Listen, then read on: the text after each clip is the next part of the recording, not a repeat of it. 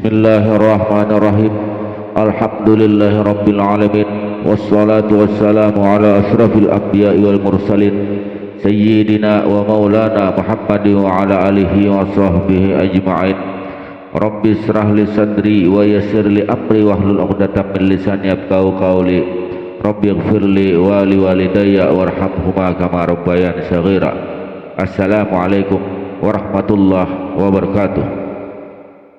Asal muasal istidrat ialah lupa kepada Allah, merasa cukup dengan selain Allah dan berpaling kepada selain Allah. Janganlah kita tertipu dengan baiknya perilaku kita dan baiknya menjaga waktu kita, karena Barsisok dan Bal'am adalah lelaki yang ahli ibadah di masanya, dan pada akhir hayatnya mereka mati dalam keadaan su'ul khotimah. Bagaimana cara mengetahui istidrat atau bukan tindakan yang kita lakukan?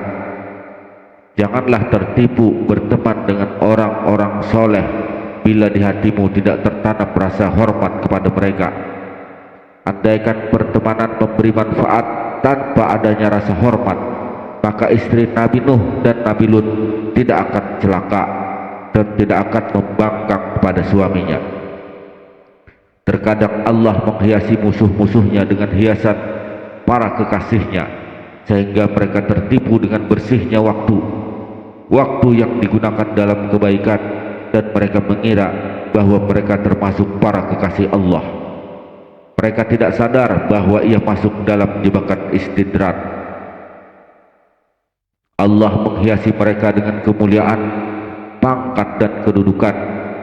Mereka mengira bahwa mempunyai keutamaan di sisi Allah, padahal mereka tidak sadar bahwa hal tersebut merupakan istidrat atau azab berwujud kenikmatan. Allah menghiasi mereka dengan bermacam kenikmatan, dan mereka tertipu dengan berbagai hiasan dan glamornya kehidupan. Mereka mengira kenikmatan yang ia rasakan adalah anugerah dari Allah, dan mereka tidak sadar semua kenikmatannya adalah istidrat.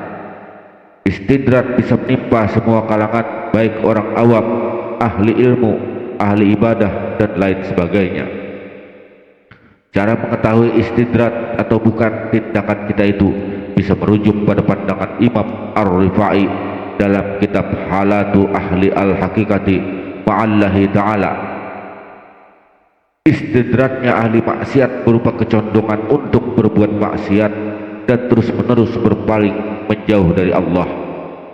Istidratnya ahli ilmu berupa ingin memperoleh kedudukan dan derajat di hadapan makhluk.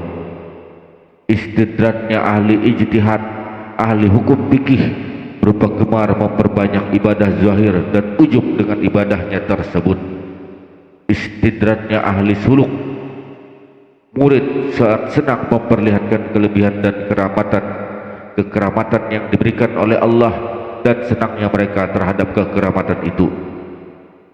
Dan istidratnya ahli ma'rifat berupa merasa cukupnya mereka dengan kemakrifatannya tersebut, namun justru lalai dari Allah yang memberikan kemakrifatan tersebut, sehingga mereka menjadikan ma'rifatan itu sebagai tujuan akhirnya.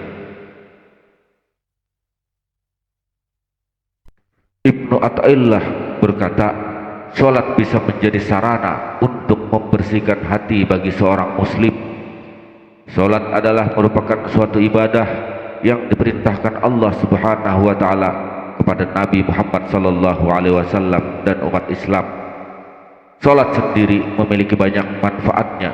Di antaranya adalah bisa membersihkan hati yang dikotori oleh dosa-dosa, seperti diterangkan Ibnu Athaillah As-Sakandari dalam kitab Al-Hikam.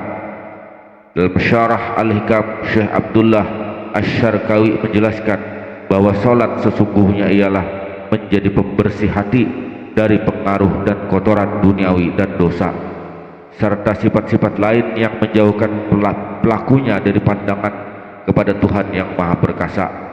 Lebih jauh, dia juga memberikan komentar bahwa sholat sejatinya merupakan pembuka pintu sesuatu yang tak pernah engkau miliki, yaitu berupa ma'rifat dan rahasia-rahasia ilahi. Menurut Syekh Abdullah, ma'rifat dan rahasia ilahi ini diumpamakan dengan harta karun yang tertutup rapat.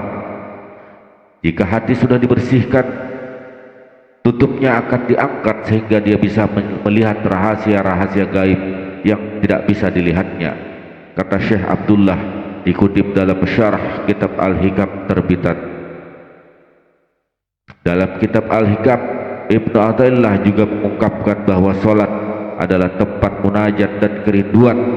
Di dalamnya ruang rahasia meluas dan cahaya-cahaya bersinar. Menurut Syekh Abdullah, munajat yang disebut Ibnu Athaillah tersebut bermakna keintiman dan percakapan lembut seorang hamba dengan Tuhannya. Syekh Abdullah menuturkan, sholat adalah media munajat hamba kepada Tuhannya. Dengan munajat itu, Allah menampakkan sifat-sifat yang indah sebagai rahmatnya kepada para hamba dan seluruh alam semesta. Dengan munajat itu pula, Allah memasukkan ke dalam batin hamba ilmu-ilmu laduni dan rahasia-rahasia pengetahuan